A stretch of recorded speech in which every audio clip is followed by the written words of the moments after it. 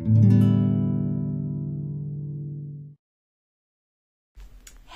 bienvenue sur cette nouvelle vidéo.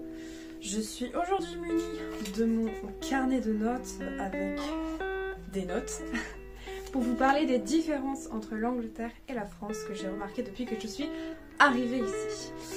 Alors j'ai tout répertorié mais totalement dans le désordre. Alors il y a des trucs qui vont peut-être vous sembler normal, que vous ayez déjà entendu ou quoi que ce soit. Et il y a d'autres choses qui sont un peu plus subtiles, qu'on voit vraiment que si on est là au quotidien en fait. Donc ça va vraiment parler de tout et de rien, vous allez voir. On va passer du coq à l'âne, c'est vraiment le fouillis, mais c'est ce qu'on aime. On va commencer avec le premier point. Et le premier point, c'est qu'ils mangent très tôt. Enfin, très tôt par rapport à nous. On mange approximativement en France vers 19-20 heures pour les familles. Voilà, après les personnes qui sont seules ou étudiants ou quoi que ce soit peuvent peut-être manger plus tard. Mais dans la norme, je pense que c'est 19-20 heures. Ici, 19-20 heures, c'est beaucoup trop tard, attendez. Ici, on mange à 17h30, 18h, 18h30 par là. Mais 18h30, généralement, ben c'est fini. Ou 19h, fini de manger. Enfin, on ne mange plus à cette heure-ci. Si vous leur dites, ah mais moi je me prends mes repas à 19h-20h, ils vont vous dire, mais c'est super tard, tu manges super tard. Alors qu'au final, non. Enfin, c'est fou de se dire que quand même il y a une grosse différence de ce point de vue-là. Et que du coup, pour eux, il n'y a pas de goûter. Dans certaines familles, il n'y a vraiment pas de goûter. C'est pas ancré dans les mœurs comme un peu chez nous où c'est en mode tu rentres de l'école, t'as un goûter, ou alors quand tu vas à la garderie, t'as un goûter. Non. Ici, c'est tu rentres de l'école, tu manges, tu fais le dîner en fait. À 17h30, 18h, c'est l'heure du repas. Et ça, c'est... Voilà. Deuxième point. Je pense que vous voyez tous, si je dis pancakes, à quoi ça ressemble. Ça, c'est des pancakes. Voilà. Et bien pour eux, nos crêpes, vous savez les crêpes françaises qu'on fait à la Chandeleur, etc. Ils appellent ça des pancakes. Voilà. Est-ce qu'il y a besoin de dire autre chose? Je ne pense pas. Pourquoi faire ça? Le troisième point, je n'avais pas remarqué au début, mais il y a énormément d'écureuils partout. C'est-à-dire que en face de ma fenêtre, il y a un arbre. Il y a des écureuils tout le temps sur cet arbre. C'est incroyable. Il y a des écureuils tout le temps. Je sais pas pourquoi. Il y a des écureuils partout qui fouillent dans les poubelles. On en a vu certains qui se baladent. Enfin, il y a des écureuils partout. Et des renards. Alors ça, les renards, c'est un truc qui m'a choquée au début. Enfin, j'étais pas préparée à ça. Je me dis, excusez-moi, pourquoi il y a un renard dans la rue là? Et bien tout simplement parce qu'ils habitaient, je pense, aux alentours ou dans la forêt qui est à côté dans le parc, mais qu'avec les constructions et les habitats humains, eh bien il y a beaucoup de renards qui vont dans les centres-villes. Enfin pas dans les centres-villes, puisque pour le moment j'en ai remarqué que vers là où je suis, donc vers le quartier, vers Archway, Kentish Town. J'en ai vu que là, j'en ai pas vu dans le centre de Londres et je pense que c'est parce que c'est beaucoup trop éloigné et que du coup les forêts sont plus vers là où on est. Mais du coup, des renards. Des renards qui cherchent juste à manger en fait, qui vont fouiller les poubelles pareil que les écureuils. Et du coup on en voit presque tout le temps quand on rentre, ils sortent la nuit. Ils sont pas beaucoup là le jour puisqu'évidemment ils sont effrayés par les humains. Et on a essayé de voir s'il n'y avait pas des associations pour les renards. Et on n'a pas forcément, il y en a pas en fait, parce qu'on a vu un renard un soir avec Aline quand on se baladait, on voulait appeler une association, pas d'association, donc le pauvre renard, voilà, il devait continuer à errer et je trouve que c'est horrible quand même. Sur un ton plus joyeux, on passe au quatrième point qui est que les magasins sont ouverts jusqu'à 23h. Alors, non, je vous vois venir, ce ne sont pas les magasins comme on entend. C'est pas les magasins de vêtements, les autres magasins, etc. C'est les magasins supermarchés en fait. C'est les supermarchés, les grandes surfaces qui sont ouvertes, les supérettes aussi, jusqu'à 23h. Et je ne comprends pas trop. Parce que je veux bien que tu rentres du boulot tard, peut-être que tu rentres du boulot à 19h.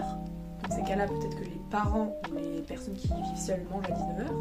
Mais généralement, si tu manges à 17h30, 18h, pourquoi tu vas te dire à 21h ou 22h, j'ai besoin de sel et je dois aller dans un supermarché qui est ouvert jusqu'à 23h. Pourquoi? Ce serait plus logique de faire ça chez nous, qui mangeons plus tard.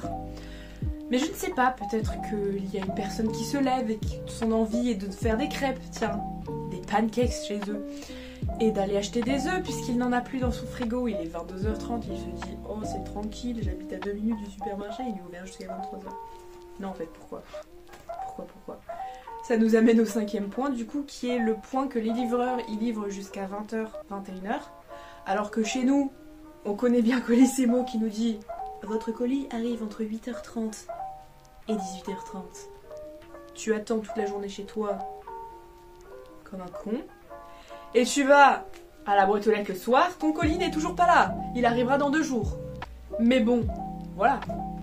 Et ici, tous les trucs que j'ai commandés sont arrivés en avance de la date qui était prévue, ou alors vraiment genre pile poil comme c'était prévu. Donc c'est vraiment, voilà, aux petits oignons comme on dit.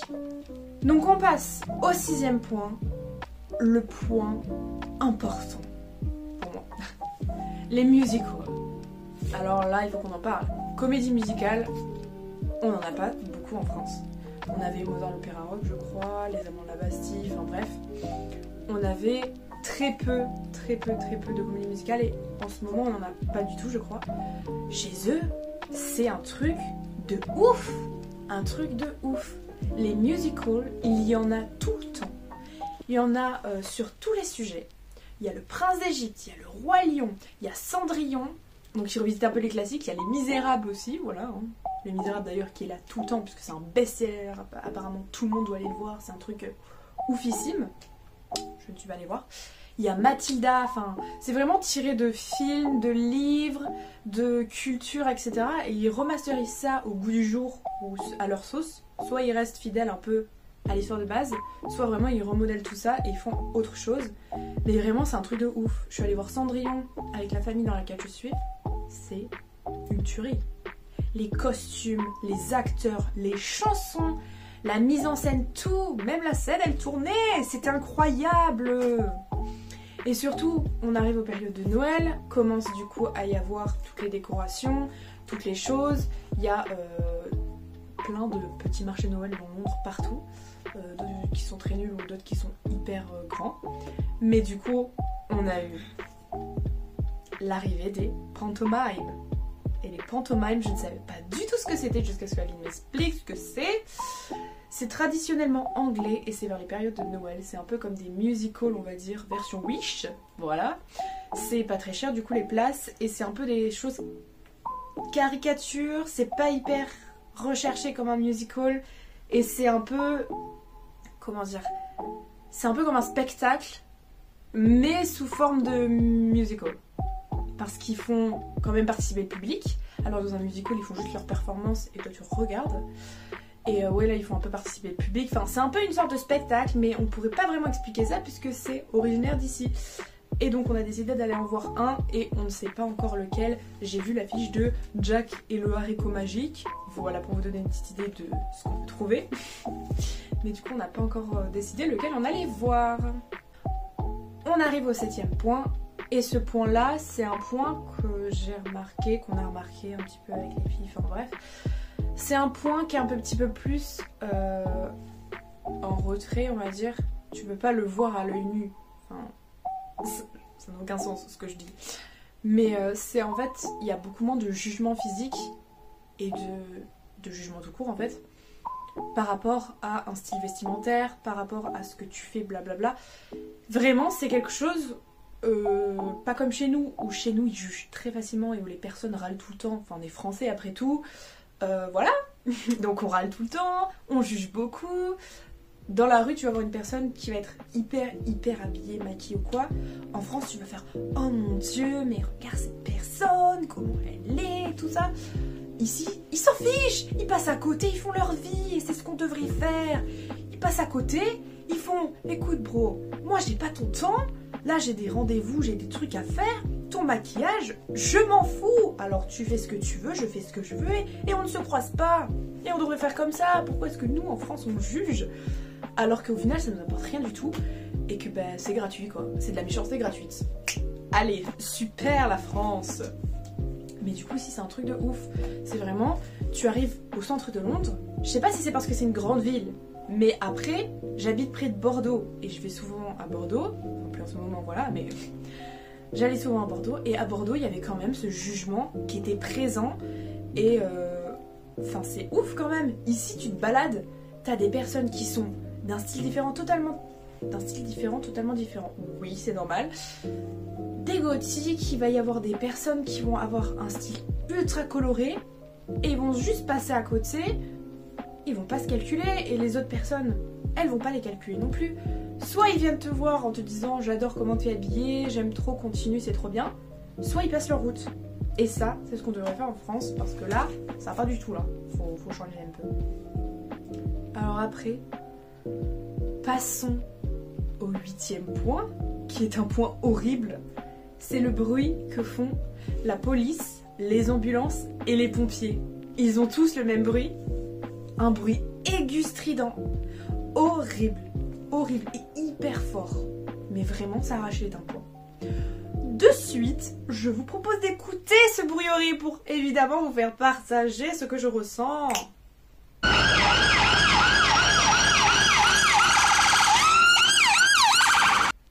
Le 9e point, qui est un point qui est abordé, je pense, par tout le monde, même si on vous allait 2 secondes à Londres, vous le savez, c'est comme en Amérique, il n'y a pas de volets. Donc de volets que vous fermez la nuit, c'est juste des rideaux. Juste des rideaux. Et oui, c'est chiant.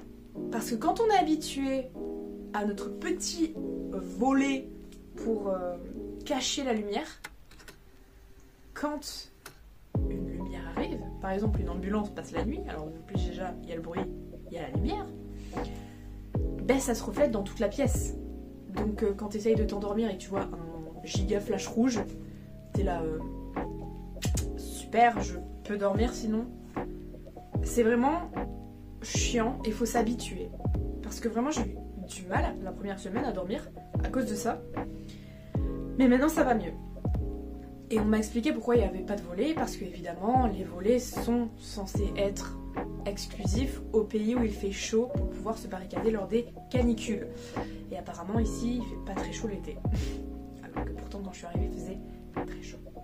Mais bon, je pense que ça c'est à cause du réchauffement climatique, ou alors c'est juste que, je sais pas, ils ont la flemme de mettre des volets. Voilà. Le 10e point est un point un peu bizarre. J'ai remarqué que beaucoup de parents mettaient une laisse à leurs enfants. C'est des laisses spéciales qui va entourer en fait la taille de l'enfant, et l'adulte ou le parent va avoir soit attaché autour du poignet, soit dans la main, l'autre bout. Donc en fait tu mets ton enfant en laisse. Ok, c'est pour pas le perdre, mais j'étais là, pourquoi il y a des enfants en laisse dans ce pays? Et c'est hyper répandu. J'en ai vu au moins une 50aine depuis que je suis là. Et je pensais au début que c'était une seule personne qui était là en mode pourquoi vous mettez votre enfant en laisse? Là c'est un peu bizarre. Et au final tout le monde fait ça. Et je n'ai jamais vu ça en France. Enfin dites-moi si des personnes font ça ou vous avez déjà vu d'autres personnes en France faire ça. Mais personnellement j'ai jamais vu un parent ou un adulte mettre un enfant en laisse pour pouvoir le tenir. Enfin on apprenait juste à marcher, je sais pas. Le dernier point, qui est le 11e point que j'ai répertorié, je pense que j'oublie plein de choses, mais en tout cas c'est le dernier point, c'est leur feu tricolore. Alors vous allez me dire, bah, ils sont pareils que chez nous en fait. Presque. C'est-à-dire que pour eux, ça fait vert, orange, rouge, jusque là tout va bien, mais quand ça doit revenir au vert, ça fait orange, vert. Et pas ça repasse au vert tout de suite. Ça te prévient du coup que ça va repasser au vert. Pourquoi on n'a pas ça? Ce serait tellement plus simple que d'attendre pendant 300 000 ans, regard fixe sur le feu, quand est-ce qu'il va passer au vert? Enfin, je trouve que c'est beaucoup plus logique. Puisque imaginez maintenant il y a des voitures avec le start and stop, etc. Si t'es à l'arrêt et que du coup ça passe au vert mais que tu sais pas quand, tu galères un peu à redémarrer, alors que là tu te prépares déjà au orange, t'attends d'appuyer ou de faire ta pédale, je sais pas, et là au moins tu pars quand c'est vert quoi, parce que alors ici si tu restes à stagner 2 secondes quand c'est vert, tu te fais klaxonner par toute la file, c'est un truc de ouf, ils ont pas le temps, ils sont pressés hein, en même temps on est dans une grande ville donc Londres je pense qu'ils sont tous pressés ici. Et allez, je viens de me souvenir de quelque chose, mais bon, ça je pense que c'est un peu normal, c'est que ici tout est moins cher. Tout est moins cher. Mais je pense que c'est parce que la livre est plus forte que l'euro. Même si c'est de pas beaucoup, quand même tout est moins cher. Notamment au niveau du McDo, je vais prendre comme exemple le McDo, où en France, 13 € c'est un McDo pour une personne. Ici, on avait... aucun restaurant où aller, il n'y avait qu'un McDo, on allait au McDo avec Aline. 12 livres, c'est ce qu'on a payé pour 2 personnes. Donc l'équivalent, enfin la différence de prix est assez ouf, et même pour tout. Enfin j'ai trouvé les appareils électroniques, si vous achetez un appareil électronique ou quoi que ce soit, les livres sont moins chers. Tout le matériel là, par exemple le trépied que j'ai, c'est beaucoup moins cher que si vous achetiez ça en Europe ou en France. Enfin, c'est un truc de ouf. Du coup, tant mieux. Et bien voilà, merci beaucoup d'avoir suivi cette petite vidéo. Très courte, je pense. Ou pas, je sais pas combien de temps ça filme. De temps que ça filme, là. Mais en tout cas, n'hésitez pas à mettre un petit pouce bleu, un petit commentaire, et à me dire si vous avez aimé la vidéo. Si vous avez aussi d'autres choses que vous voulez partager sur l'Angleterre, sur les différences entre certains pays aussi, parce que c'est vrai que pour l'instant j'ai vu que l'Angleterre avait des différences, mais si vous habitez dans un autre pays ou si vous connaissez d'autres différences dans un pays, eh bien n'hésitez pas à me le dire, parce que c'est toujours cool de savoir et surtout de découvrir, comme quoi on pense que c'est normal alors que au final les autres font autrement. Et moi je vous souhaite tout le bonheur, tout plein de bonnes ondes, je vous fais plein de bisous et je vous dis à la prochaine.